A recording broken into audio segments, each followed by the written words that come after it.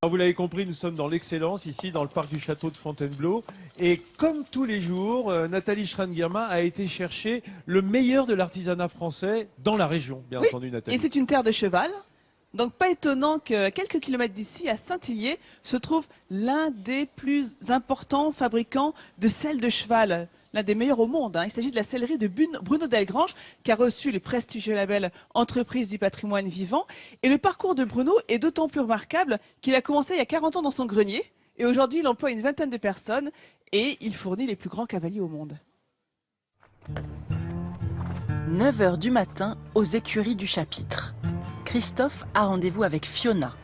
Pour la jeune fille, c'est jour de fête. Elle reçoit aujourd'hui sa selle, conçue spécialement pour elle. On va la passer, on va la mettre dessus. Ouais, on va la mettre dessus. Christophe était venu il y a 8 semaines faire les premiers essais. Aujourd'hui, il faut vérifier que la selle est parfaitement adaptée au cheval. En fait, on va appuyer au niveau de l'assise de la selle pour regarder si au niveau des pointes, des arcades, en fait, si elle vient bien se mettre se caler bien dans le cheval. Ensuite, on se met gentiment vers l'arrière du cheval en le prévenant, pour le prévenir. On regarde l'écartement entre la colonne vertébrale et les panneaux de la selle. Pour la cavalière, la présence d'un tel expert est également l'occasion de recueillir de précieux conseils. C'est très intéressant et puis en plus ça nous apprend des choses sur nos chevaux que nous on ne regarde pas forcément. Il a un œil extérieur, il regarde la morphologie que moi je ne regarde pas forcément et puis on apprend plein de choses. Et c'est dans cet atelier que sont fabriquées chaque année 1700 selles. Il y a 40 ans, Bruno a commencé ici, dans ce qui était alors un grenier. Désormais, il emploie une vingtaine de personnes et figure parmi les 3 selleries les plus renommées au monde. Ici, c'est la salle où on travaille les arçons. Un arçon, c'est cette pièce-là, qui est une pièce qui est faite en bois, lamellé collé et en acier.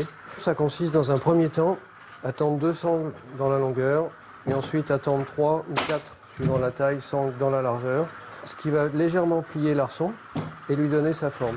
Bruno n'a jamais laissé un seul de ses produits quitter son atelier sans son contrôle.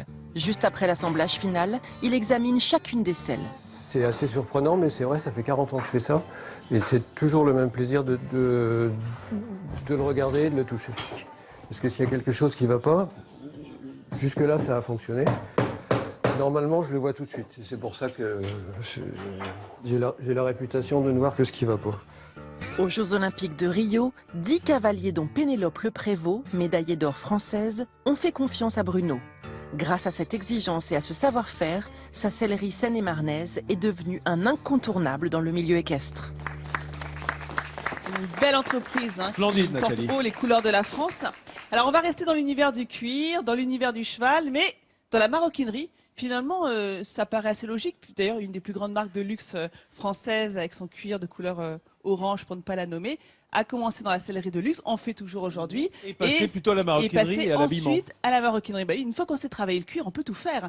Alors, il y a une jeune créatrice dans la région qui s'appelle Sylvie Zarnowski, qui elle a été prof d'équitation pendant près de 10 ans. Puis elle a décidé de changer de vie. Elle a fait une formation de sellier harnacheur et elle fabrique ces magnifiques sacs, ces ceintures que je vous ai apportés en plateau. Regardez ce sac, par exemple. La boucle, ça vous rappelle quoi, cette petite boucle? Ah, ça, c'est Un mort. Un mort. Ah oui, un mort. Juste à côté, ces ceintures, là. À votre avis, qu'est-ce que c'est? Un éperon, voilà. Oui. C'est joli, hein, avec ces cuirs magnifique. C'est très orange, joli. noir. Et là, ça, j'adore. Oh, le fer. Le fer à cheval. Ou encore, alors Carla, toi, t'as un joli petit Moi, j'ai un bracelet. joli petit bracelet.